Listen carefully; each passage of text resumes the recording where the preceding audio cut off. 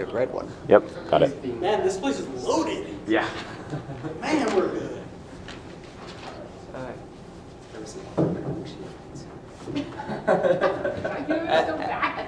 We have the SLCC Democrats, which is Salt Lake Community College Democrats. We also have the Revolutionary Student Union with Gregory Lucero. I am the president of College Democrats here, and brain dead. And then we have Kevin Perez debating for the Democrats. Have fun. Thank you very much, James. So I'd like to thank everyone for being here, especially the College Democrats, to both agreeing for this and for providing the pizza. I was going to thank Student Life and Leadership, but since they've done everything they could to sabotage this event, I'm not going to thank them. And I want that to be on the internet, that they have constantly tried to sabotage us. And we're still here. So just very briefly about myself, my name is Gregory Lucero. I'm the president of the Revolutionary Students Union. I'm a member of the Freedom Road Socialist Organization and a Marxist-Leninist Maoist. I will be giving the argument for revolution and against reform. The rules of the debate are that we will each get 10 minutes initially, then we will each have 5 minutes to respond, and then we will have an open discussion period at the end. At the behest of the Salt Lake Democrats, I will be going first. If you could look at or set a timer, please, and count down the minutes as they go. I don't want to go over time, as that would be extraordinarily unfair to Kevin, the fine gentleman debating for the College Democrats. I'm Hispanic. I fight against it. I'll just like I have a raise timer on my hand phone or something when it's like a minute or two. You can do that. Every minute. You can do that. I'll do that. Thank you. I'm doing a timer, and when it dings. Yes, thank you. Again, How many minutes? 10 minutes, please. When you are ready. Let me find the most annoying alarm. Thank you. When you're ready, please let me know, and I will begin my remarks. I also want to apologize. I have been working Is that annoying enough? Outdoors in the incredible cold, doing hard manual labor, so my brain is a little fried. And I'm a lot more comfortable in blue jeans and steel-toed boots than I am in a suit and dress shoes. So if I seem a little uncomfortable, you know the reason why. So, allow me to begin. Are we ready? Okay, please set the alarm. Okay, so again, I'd like to thank everyone for being here. And at the onset of this debate, I would like to recognize the unity that we share with the Democrats on many progressive issues. We mean for this debate to explore our differences without hostility, which is something I would not extend to Republicans. More so than that, I would like to state personally, not speaking for the organization, I am glad that Obama won the election, as he is clearly better than Romney in every way. That being said, Obama as president remains the big boss of world imperialism and will always act against the long-term interests of working people. Emma Goldman, the revolutionary anarchist, famously said that if elections changed anything, they would have been outlawed years ago. Times have changed, and working people and oppressed nationalities such as Black Africans, Latinos, Mexicanos, and Chicanos have been rising up over the last decade, making demands of the capitalist society. In response, there has been widespread voter suppression of oppressed nationalities by the government, spearheaded by the Republicans. The reformists, and especially the Democrats, have remained silent. Yet even if we could convince enough people to vote in serious reform for working class people, it would never be enough. We must understand the US government and the American imperialist system in no way differs from other brutal regimes. The US government speaks out about the alleged human rights abuses around the globe, and in the same breath they declare Saudi Arabia a valuable ally. Saudi Arabia is a hereditary monarchy which routinely murders women for not wearing a veil, kills protesters, and censors all the media. In Chile, Marxists worked tirelessly for decades in the unions, the universities, and in the streets to win people to communism. On the 4th of September 1970, they managed to win an election in Chile. The President Salvador Allende proposed modest progressive reforms. On September 11th, 1973, the US and the CIA staged a coup in which the military overthrew and murdered the democratically elected leader of Chile. A nightmare scenario followed where the new government engaged in mass arrests, torture, and murder. Chile became a land of death squads, terror, and madness. The US government wiped away a democracy in a single stroke. Why would we think that the US government would not do the same here? We need revolution, not reform. What is a revolution? It is not simply a change in government.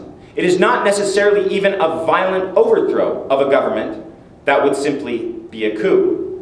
A revolution requires the working people to hold the reins of power without exception. A revolution entails a radical change in the political, economic, and social system. Our society is divided into the working class and the ruling class. The working class includes the teachers, the factory workers, the retail workers, and anyone who works for a living. The capitalist class, the owning class, includes the bankers, the investors, and the wealthy elite who are rich not by the sweat of their own brow, but because they own the charter schools, the factories, the retail outlets, and the places that we all work. A revolution is where one class, the working class, suppresses another class, the owning class. A revolution requires force. Force does not necessarily entail violence, but it does require control. Malcolm X famously echoed the communist Jean-Paul Sartre when he said, "We declare our right on this earth to be a man, to be a human being, to be respected as a human being, to be given the rights of a human being in this society, on this earth, in this day, which we intend to bring into existence by any means necessary." This must remain the phrase of every revolutionary. By any means necessary. But what does this mean? If we can get dignity by voting, and by voting it in, we should do that. However, we clearly can't. If we can get dignity through a general strike, where all working people refuse to participate in the system, then we should do that. But if it is required that we take up the force of arms to defend ourselves against the onslaught of capitalist imperialism, and no other means is sufficient, then we can and we must do that. For the capitalist system has already proven, year after year, decade after decade, century after century, that they are more than willing to do that to us. Reformists might argue that they have made great gains through the years, but that's not really the case. Abolitionists included a reform wing, certainly, yet it was revolutionaries like John Brown who planned and carried out a failed raid to arm slaves that ultimately forced this country to abolish that peculiar institution. Communists and anarchists at the beginning half of the century organized, fought, and died to create unions that provided this country with an actual standard of economic life, including the 8-hour workday, ending child labor, and safety on the job site. Now, it is often said that revolutions are soaked in blood. This century itself shows that that need not be the case. In Venezuela, they have managed to organize a successful revolution, and the force and control of Hugo Chavez leading that revolution has primarily been carried out not through violence, but through unity, solidarity, and struggle against those who would betray that revolution. It is often quoted as a horror list of the extreme violence of Maxime Robespierre in the French Revolution, Lenin and Stalin in the Russian Revolution, Mao in the Chinese Revolution, and the extreme actions of revolutionaries ever since. These are clearly and obviously on their face lies. The first lie is that there was ever an instance of peace. As Mark Twain famously said, we recognize the dead killed in battle, but do we recognize the untold millions who suffered and died in poverty? This is the very condition. Not a condition of peace, but a condition of violence. And efforts that would seek to preserve this condition are not simply misguided, but are immoral and unjust. We can talk about the terrors of Robespierre's bloody reign, but during this period, freedom was given to every male citizen, something unheard of previously. And the deaths from the guillotine, of which ultimately consumed Robespierre himself, were nothing compared to the violence of the bloody counter-revolution, the endless warfare under Napoleon, and France bared prostrate in front of Prussia and Britain. There may have been violence in the October Revolution, but no violence worse than World War I, than the endless starvation of the Russian people at the hands of the Tsar, at the endless pogroms and murder of Jewish people, again, at the hands of forces instituted by the Tsar, that women were kept illiterate and locked in the household. For all of the possible brutality of Lenin and Stalin, and we must admit that often revolutions are brutal. If they are so brutal, why did infant mortality rates halve? Why did life expectancy double? Why did literacy for the working people of Russia, which was only in the single digits, go to nearly 100%? Most of the accused crimes against revolutionaries are that they killed millions and millions of people. But this is a lie. It is based off projections. Growth rate, or current population, growth rate, and expected population. And if the population is lower than the expected death rate, or population, then they consider anyone who didn't fit that as being dead. Literally, they include babies who had not been born under the terms of non-death. And this horror story of so many million deaths, none of which documented, becomes the main club that reformists, liberals, and conservatives use against the revolutionary project, and we wholeheartedly reject these specious claims. Thank you.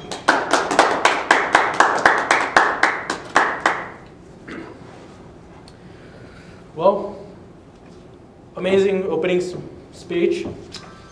I'd like to thank the Revolutionary Student Union for helping us to host this kind of empty room debate. As you can tell, I'm not as formal, so let's see what happens.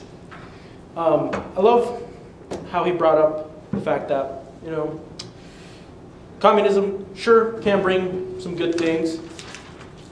A good example would be Cuba, puts out some of the world's greatest doctors and brings out, their literacy rates are through the roof.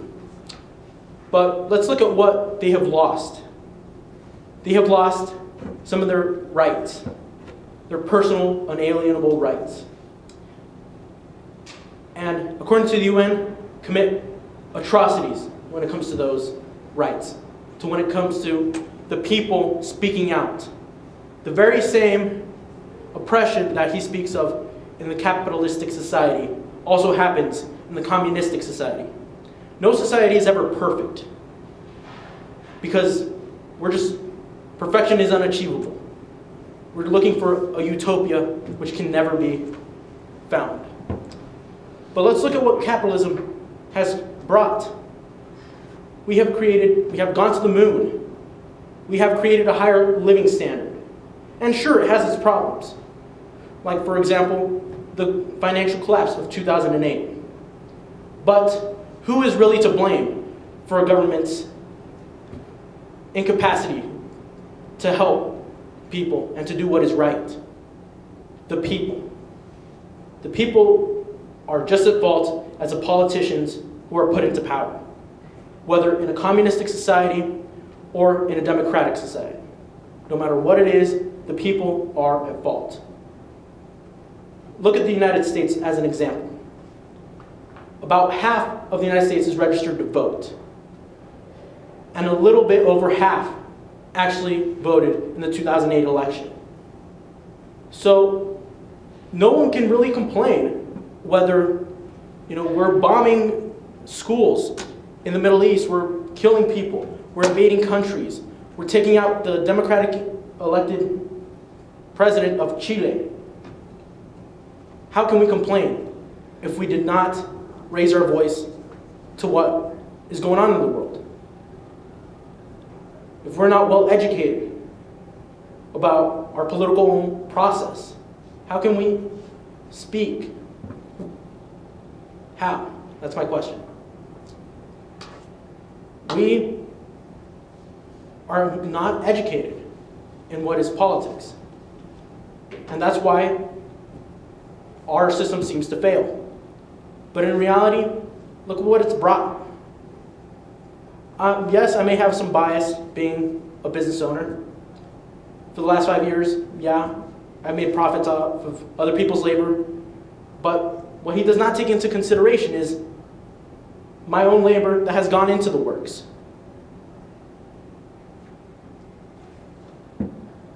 And honestly, that's how capitalism works. It's similar to communism. Except, yeah, sure, not everyone gets a fair share. But hey, that's life. That is life. There's a difference between fairness and doing what's just. There is a large difference. And I believe that capitalism can work. It can bring great prosperity, as it has in the United States. Sure, there are some people that need help.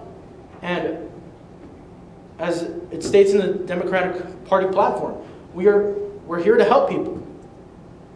But are we here to create moochers, or are we here to actually teach them how to fish and not just give them a fish?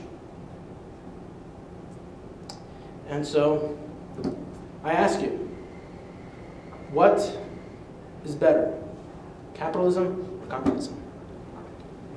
That's it.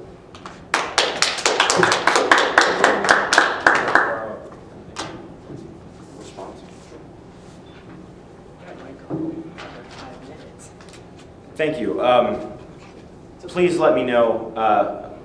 I'll start when you're ready. You want me to just give you how many minutes? 5? 5 minutes, and if you could please count off the minutes. 5, 4, 3, 2, 1, so I don't go over time. So you're going, you got the time? Yeah, I just Okay. barely did it. If you got it, then I'm ready. I'll tell you when there's 1 minute left.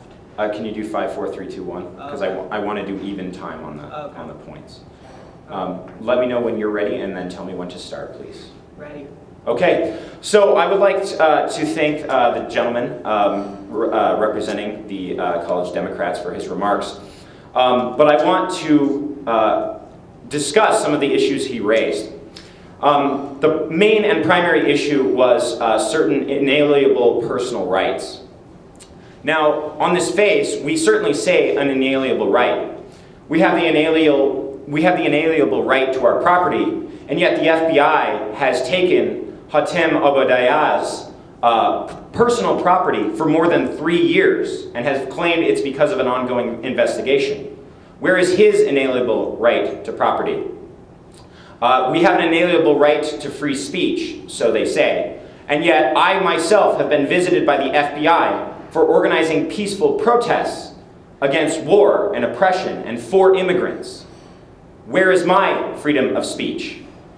They say that we have the freedom of religion, and yet the FBI routinely infiltrates mosques with FBI agents so extreme that in LA, literally the FBI agent was reported by multiple mosque believers, or Islamic believers, as a dangerous terrorist threat.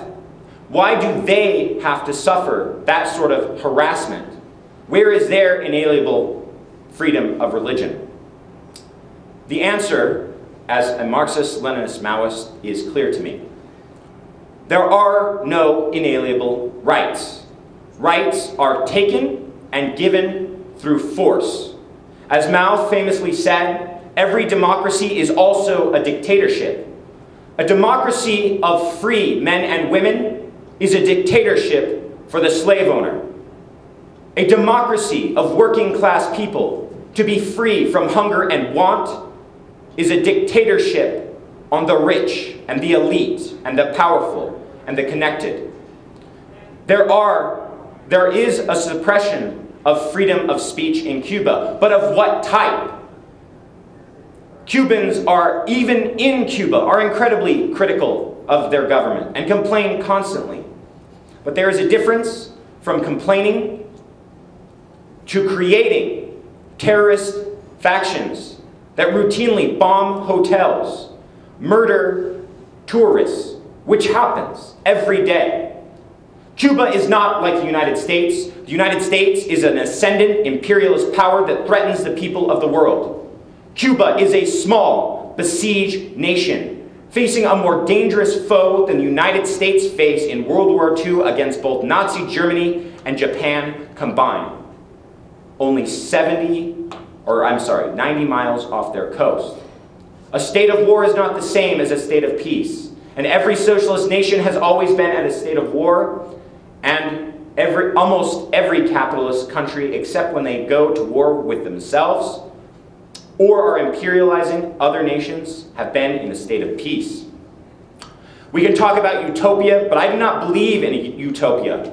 I'm a hard-nosed pragmatist. If you want to see communism, you should look at the Soviet Union, the People's Republic of China, Cuba, Vietnam, the Democratic People's Republic of Korea. What matters to me is not abstract philosophy. What matters to me is one more child goes to bed, fed. That one more woman is given a fair education. That the factories do not churn out weapons of mass destruction and drones to murder innocent people in Pakistan, but that we are all fed, clothed, given healthcare, education, and a reasonable standard of living. We can talk about the government being at fault. He brought up the voting, but I contend that 50% didn't vote because they realize it's a sham to begin with. Who is the anti-war candidate? Who is the candidate not financed by big business? Who is the pro-union candidate? And the answer is none. We do not blame the people. We blame the system of repression, both open in the form of the police and military, and hidden through the media and ideological outlets that seek to brainwash. It is the people that make history, and that is why we must stand with all struggling working class people, not as moochers, but as those who say, I will no longer allow the rich elite to mooch off us. I would take any welfare queen mother over a Paris Hilton, and I'd rather have people have a marginal sort of living than massive oppression. Thank you very much.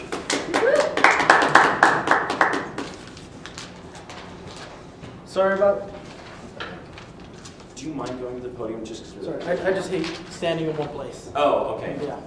I don't know if you guys want to, someone get the camera. Sorry, I'm just horrible when it comes to debate and standing in one place. Sure. It's kind of a pet peeve. Sorry.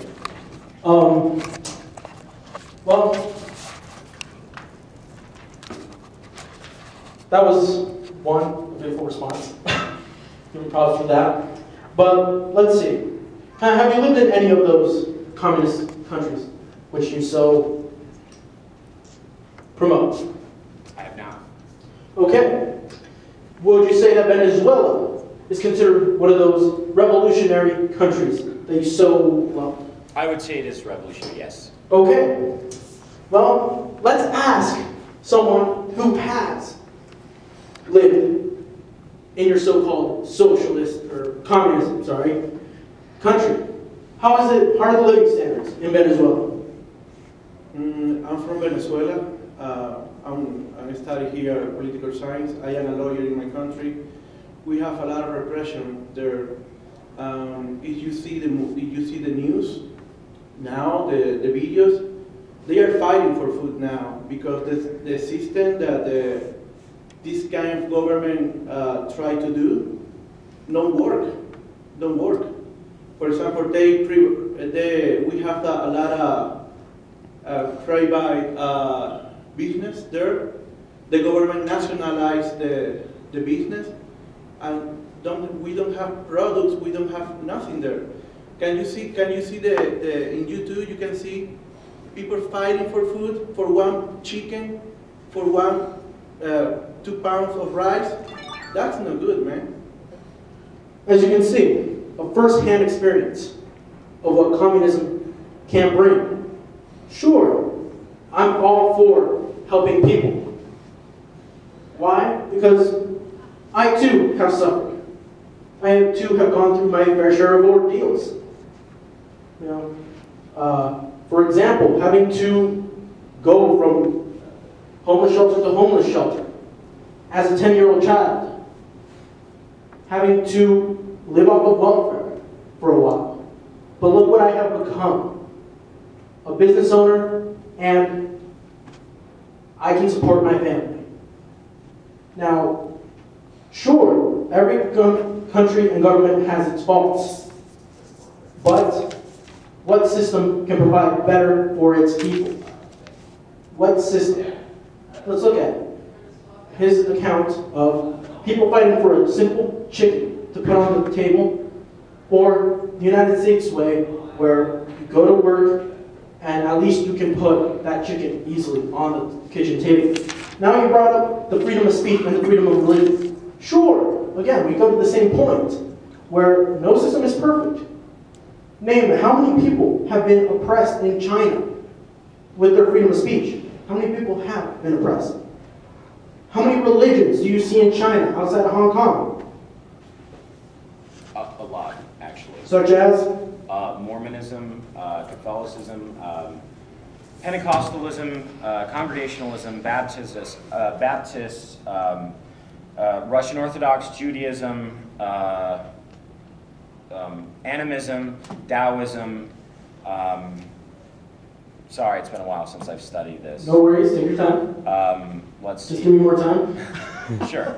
Please continue. Okay. Well, as you can see, it's not so different from the US, right? Similar religions, same thing. But, again, there's problems with the system. Right? Are there problems with both systems?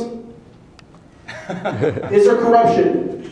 Is there corruption in Cuba? Is there corruption in Venezuela? Is there corruption in Russia? Was there? There is. There not was. There is. Okay, see? There is. There is corruption. Is there corruption in the United States? Every day. Exactly. So, really, why make a revolution if we're going to go back to the same thing? Corruption. We're talking about changing that. Take the corruption out of the equation. And again, we go back to the word change. We don't have to make an entire revolution, destroy the current system. But if only people would speak out to that corruption. Mexico is a great example of that corruption. People don't speak out anymore. Why? Because the corruption is so great. Do you think they should move to a communist system just because, you know, their so-called capitalistic system isn't working? I think they should if they had the strength and Mexico wasn't supported by the US government, like through Fast and Furious where they give arms, I think they should overthrow their government. And if they had the strength to do so, they almost certainly would. Okay. So, kind of like what it says in common sense, where if the social contract isn't met, you know, people have the right and duty to revolt, right? Right? Yeah, I mean, that's one Okay. interpretation. So, if people aren't satisfied with communism in Cuba and are trying to speak out, should they be put in jail? Should they be oppressed? Should they be silenced? Depends on the context. Well, it's the same context as here. You have the freedom of speech in order to speak freely for a revolution, for communism. Should people in Cuba, people in Russia, the former Soviet Russia, people in Venezuela have the right to speak out for democracy and for capitalism there? Should they? Well, there's a big difference, and the difference is I don't actually have that freedom, as FBI repression shows. And it's a question of context. There's a big difference between saying things need to change and let's all get together and shoot some, communist official. True. It's all about context. I mean, that's the determining factor between there and there, right? Changes the whole meaning of something. But really, I mean, if what you're saying is a threat could possibly be considered a threat to people, do you not think any government would react to it? It depends. It's a threat to which people. I mean, Trayvon Martin shows that it doesn't really matter if, by and large, it's a threat to black people in the United States. Whereas, a threat to some upstanding citizen or immigrant would be different. Okay. I'd probably almost cut you off there because the only reason I gave you extra time was because he was answering, and I think that's a good cutoff point. Okay, well, I just want to be fair to you. Oh, absolutely. Well, this is actually our open discussion period. So if you like, we can just open it up conversationally. There's pizza back there. And there is pizza back there. And I'll go eat, be greedy, be capitalistic at this point. Well, okay, and see, this is a very interesting question, right? How are people greedy? Now, I'm not going to make that tired, oh, well, people can change. Greedy is always in a context. If you're greedy in a capitalist society, what that means is you should screw over your coworkers and screw over other people. If you're greedy in a communist society, it means you have to be better than them because you can't be better for money.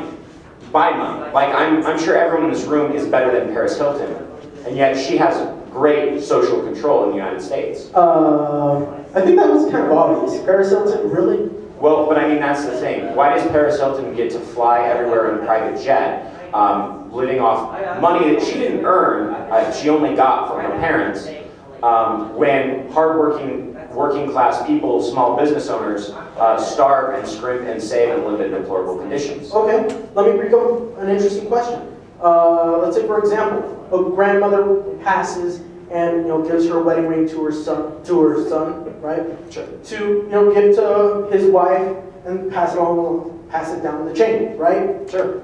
Sure. And why can't that be done with money? Why can't that be passed down from generation to generation? Sure, it creates, It's the same matter of context. It doesn't matter if it's a ring worth $500 or $500 million.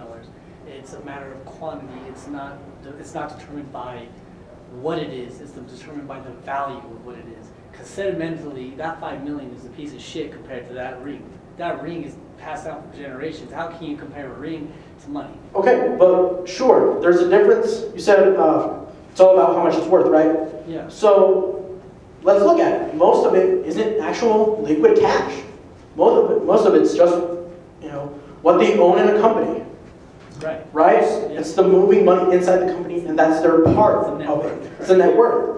If I can just interject, so this is a very good argument for inheritance for liberals, and I mean that in the political science context, of course, which means people who believe in individualism as the political foundation atomistic notion.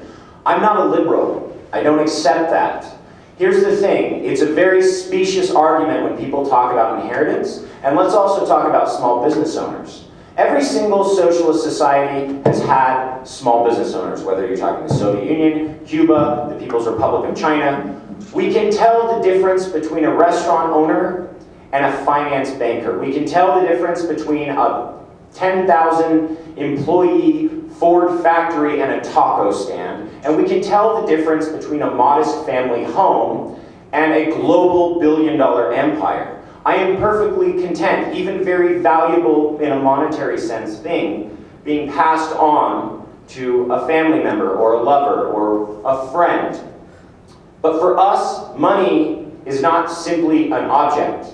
Money is social control. I do not have a problem with a parent or grandparent passing on $100, $1,000, $10,000 even to a beloved member of their family or friend or what have you. What matters is when the money begins to distort the very fabric of our society. And that is clear and obvious in our capitalist system. And it's not something that we can change by speaking out, because they control all the media, all the factories, all, everything. Our very daily bread is made by us, taken from us, and given to us again as an apparent gift.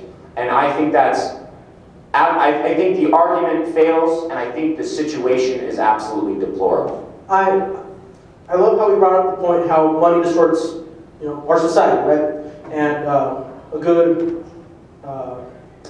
proof of that would be Citizens United, correct? I would totally agree with that, yes. Okay, but really, do we really have to support that system? I mean, why can't we speak, again, I bring up the point that the people are at fault for not speaking out against this. Right? People are, sure, they're making money. There's ways to make money more fairly in the capitalistic society. For example, co-ops. Co-ops allow for that to happen. Right? Sure. So why can't we go to that kind of system and speak out as one?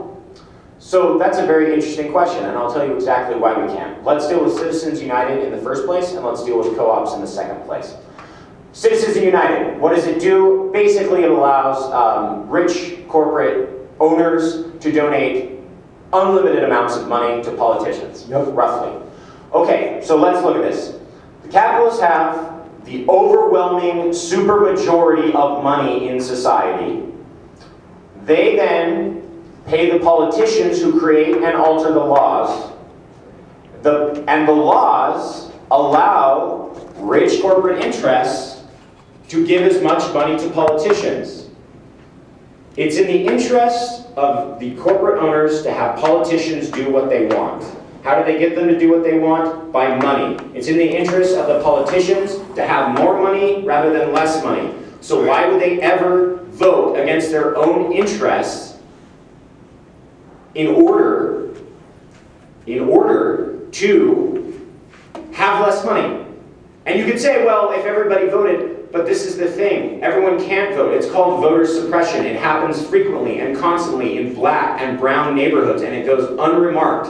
And even if we could vote for it, we would see death squads on the street. We see it with every neo-Nazi attack, every Ku Klux Klan cross-burning. We see it in Trayvon Martin. We see it in the attacks on immigrants. Force is the ultimate guarantor of this society, and we can pretend that it's not, but it is. Just very briefly, as for the co-ops, I have one word answer for you. It is MOVE. This was a black nationalist organization that created its own businesses, created its own co-ops, and wanted to live independent of the capitalist system. So what happened? The Philadelphia police in the early 80s firebombed the compound, killing dozens. This is what capitalism does. If you want to be independent, you are only allowed to be independent and the weird hippie commune on the outskirts of society if you do not pose a real threat. If you are Cuba, you will be blockaded. If you are the People's Republic of Korea, you will face unmitigated military threats of violence. If you are the People's Republic of China, even as we take our goods, we will threaten you economically, militarily, politically. And if you are in American society and simply speak out against the wars, commit no crimes, commit no violence, do not suggest any violence, your home will be raided, the FBI will take your possessions and hold you to a grand jury which has neither judge nor defense attorney, and use that to convince you. There is no outside, there is no escape, because this system is not guaranteed by rule of law, it is guaranteed by force, coercion, and open terrorism. Can I rebuttal now? Absolutely, please do. First of all, let me say the hippie compound on the edge of town, awesome, good weed. Second, shoot, I forgot the second, trust me, it wasn't the weed. Third, when it comes to money, controlling the system, and us speaking out and getting raided, sure, that may be a consequence. But haven't we found out that there's always a consequence for every action? It's a natural law of physics, right? I would agree. Although I don't think we're governed by physics, I think we're governed by sociology and psychology, but please continue your point. Okay. You support part of it, but haven't we learned that force doesn't always work? We've learned with the case of blacks. Martin Luther King vouched for nonviolence. And who do we remember now? We remember Martin Luther King. Well, Malcolm X, I mean, but does he have his own holiday? Does he have his own day? Federally recognized. What relevance does a holiday have to a person? If I Martin Luther King was assassinated. If I may respond, there is a COINTEL brief. Should the black nationalists abandon their supposed obedience to white liberal doctrine of nonviolence, should the civil rights members abandon their white liberal doctrine of nonviolence and embrace black nationalism, they will need to be identified and neutralized. Let me go further than that. There's a reason why MLK has a holiday, and the reason why is because they have taken the most whitewashed version of MLK, which I don't think even corresponds to the man, and held it up for our society to pacify us. This would be one of the indirect systems of control. You can talk about MLK, and we should talk about MLK, and we should also talk about the fact that the last thing he was doing when he was assassinated was not preaching about, we all need to get along. He was organizing a union.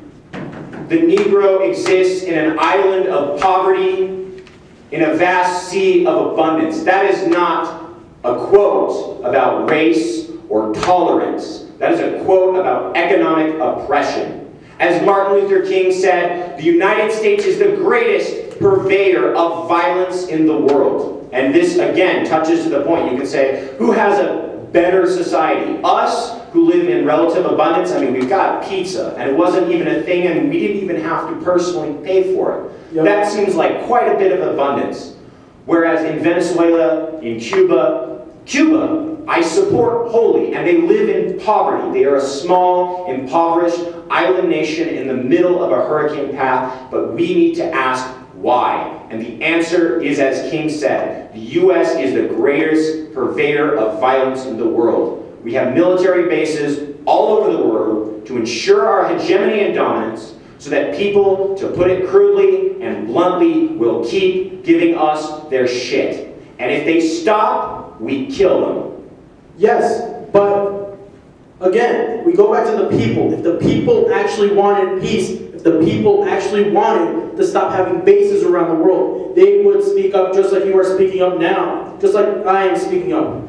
Now, in regards to the finances which we were talking about before, Citibank released a memo to its board members saying that its greatest threat to the oligarchy that you were talking about was the people, the other 99%. Why? Because every person got one vote, and we outnumbered them by a large amount, 99 to 1 pretty much. Am I wrong there? Might be a little bit off in the statistics. Well, but I mean, we still outnumber them. We still outnumber them, right? Yes, and they said that the greatest threat to them was our vote. If we actually got out and voted, we would have the change we want. If we voted, we would stop having bases around the world. We would stop blowing up countries just because we don't like it. We would take a stance, just like Mexico does, of not harassing any other country around the world. Let me just respond briefly before an audience member either comments or questions. Citibank can say that their number one threat is our vote, and that's certainly an interesting thing for them to say. Also, like most bankers, they're stupid and have shown us that time and time again through the financial crisis that we have been living through and the constant crises that capitalism goes through. Yes, we outnumber them 99 to 1. That is wholly true, or roughly true. I'll say roughly true. So let's get 99 people and put them on one side of the room, let's say 50 feet. And then let's have them fight with one person on the other side of the room. And we'll have the 99 people, and then on the other side of the room, we'll have a NG-42 machine gun, German machine gun, which fires 160 rounds a minute. And all they have to do is get this gun away from this one person. Who wins in that scenario? It is not an accident that the United States spends more than the next 26 countries on military expenditure, and most of those countries are military allies who help the US in imperialism. It is not a coincidence that, that statistic notwithstanding, that the New York Police Department is, by numbers, arms, and vehicles, the 6th largest military in the world. Okay, let me stop you there. Let me stop you there. What is the majority of North Korea's budget into? Military, absolutely. Exactly. It's the same problem. It's the same problem. Where are they investing for their people? And we are investing in attacking other countries and building up this giant military infrastructure that's not even needed, as he brought up. Most of the top military powers are friends. But we, instead of investing in education, in social medicine, in keeping our people healthy and alive, we agree on that point. What we disagree on is where to take our actual system. Whether it's to keep it open, like capitalism, or keep it closed, like communism. Now look at North Korea. We have the same problem where we're investing tons and tons of money into defense. But look what country has achieved more. The United States. We've gone into space. We have higher living standards than anywhere else in the world. And we have the same problem. So I'm just going to say we absolutely do not have the same problem. In fact, we have the exact opposite problem. Which is? North Korea is Korea. Ergo, a nation under siege, a nation under attack, a nation that has been threatened, a nation who said just recently that we are going to shoot a rocket into space and deploy a communication satellite, and then shot a rocket into space and deployed a communication satellite. Wobbled out of orbit. And yet they face sanctions for ICBMs despite the fact of pursuing a peaceful space program. This is the exact same as having a millionaire say, I'm going to go buy a gun and I'm going to kill you. And a poor person who says, well, I don't really have the money to feed my family every day, but I need to have a gun because this person's going to kill. Koreans have a right to Korea. The United States has no right to have any troops, any bases, any planes, any bullets, any bombs, any ships, any missiles in South Korea. That is not the United States, that is not America, and they have no right to continually bombard, murdering millions of Koreans, constantly and consistently deny them every access and resource, and then claim that it's the same. With all due respect, sir, going back, the United States has always been founded on slavery, genocide, and oppression. If Korea, the people's Korea, had access to half the world's resources, and that is not an exaggeration, the Monroe Doctrine guaranteed, through force of arms, the United States open access to all of Latin America. Yeah, it did. But again, we go back to the people who control the very government you speak of. No. Yes, the people. How? Because we have the voting power We to have the move. voting power to vote in people who are into a private sector. The government is a private sector. Yeah, how is voting because supposed to give us any sort of voice?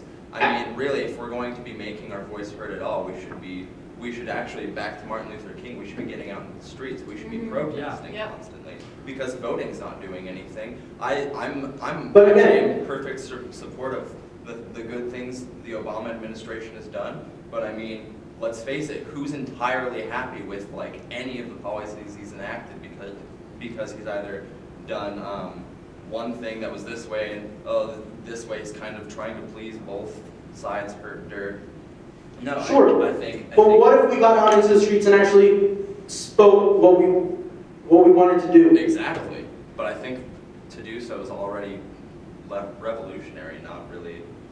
No, we're invoking a change. We're invoking not a huge change like he is suggesting. We're invoking a small change to see how the entire system reacts. If I could just real quick, let's continue this discussion, but if we could have audience members simply show hands, either give the question generally to either or both of us, and we'll both respond, or direct it, just so we don't have people talking over it. Does that seem reasonable to everyone? Okay, no, sorry, please. You were about to respond, please do so. Shit, I lost that thought. If I may speak to what Joey said, I've seen people out in the streets. I was part of Occupy Salt Lake City, and I also was at the NATO G8. We were out in the streets, and yes, I admit there were multiple failures, of which I am part of Occupy SLC. But it wasn't... Don't worry, we still love you. Yeah, thank you. Also, it wasn't disbanded by politicians and police officers coming and reasonably suggesting that our political policies and tactics were wrong.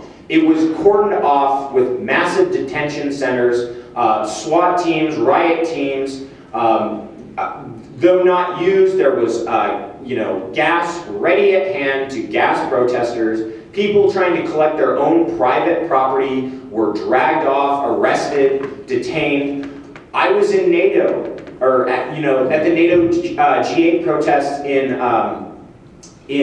Chicago, and there was 16,000 people there, 16,000 people, and the Revolutionary Students Union from Utah brought the largest student contingent from out of the state, and we were denied the ability to peacefully march by the building that NATO was in, and we were denied through any legitimate means.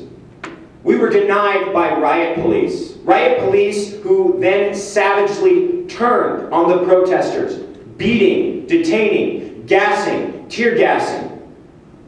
And the fact of the matter is, as I have said constantly and consistently, force is the ultimate guarantor of this society, and that is fact one, and needs to always be kept in account.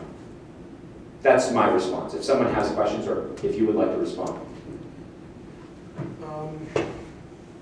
Ultimately, for me, honestly, this debate is extremely hard.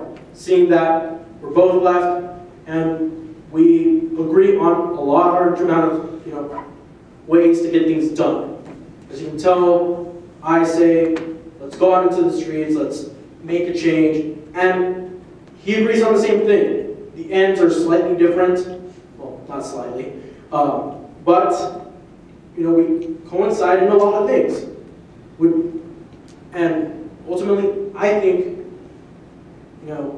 if we were to make a change into what he is talking about, it would have to be a small change, a small step-by-step change to change the mentality of the people. So what's the timescale for stopping bombing children in Pakistan for the Democrats? Honestly, as 12 years? That's the problem. We lack the people necessary to get those things done. The idealistic people. The people that will not be bribed by Wall Street, the people that won't take corporate money. Sadly, I hate to say it, but we're both the Republican and the Democratic Party are the two different horses eating out of the same trough. Sadly. If I may respond very briefly, it was the people. I contend it was the people who got the U.S. out of Iraq, and it was the people who got the U.S. out of Afghanistan, and it was the people who got the U.S. out of Vietnam. It's just, in the case of Vietnam, they were Vietnamese. In the case of Iraq, they were Iraqis, and the Iraqi resistance. In the case of Afghanistan, it was the Afghan resistance, the secular left, the Taliban, the Mujahideen, and Al-Qaeda.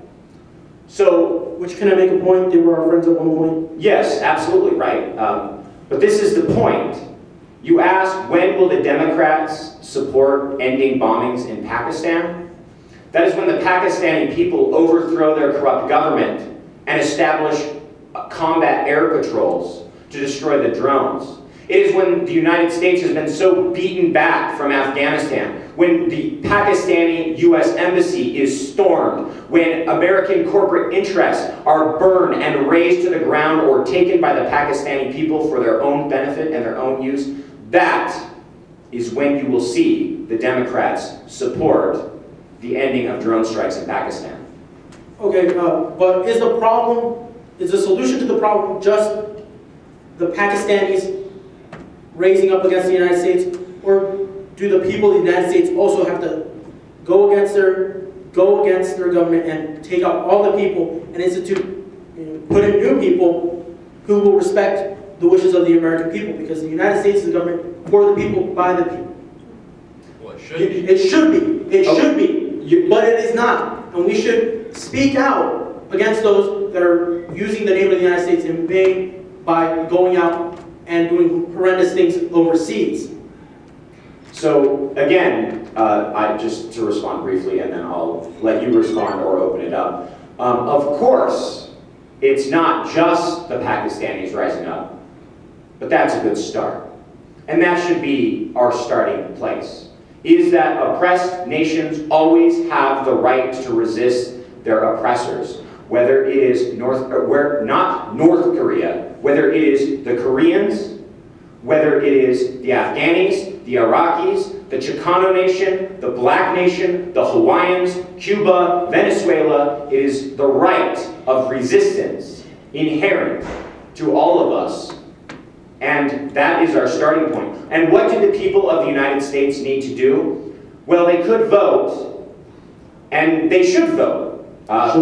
They should. But they should realize that voting is not where we make legitimate decisions. Voting, like all politics, is force. It is a question of force not between two sections of the people. It is a question of force between the two wings of the capitalist party, the Republicans and the Democrats. And I'm not here to tell you they're the same party. I am here to tell you they are different parties that pursue the goal of capitalism.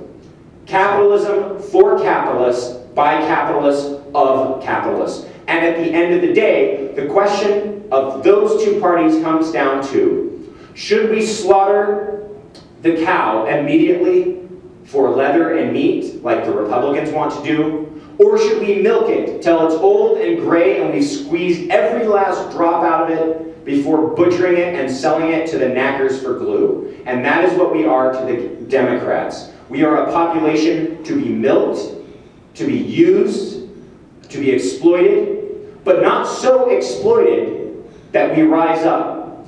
And people and Obama are smart enough to know that if they push the envelope, that they will face a revolution. But they also know that they cannot abandon American interests.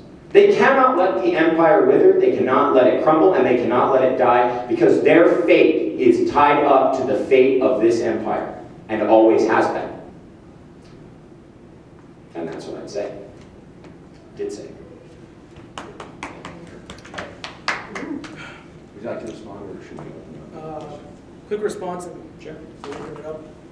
Well, the way I see it is that we have to become more like Europe, honestly, where we take care of our sick and our poor, we take care of our elderly, but at the same time, we're free to compete, we're free to innovate, we're free to create these marvelous things.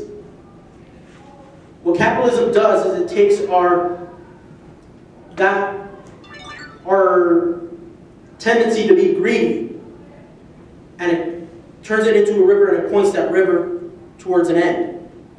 But I am not saying we should leave it without floodgates and levees. Yes,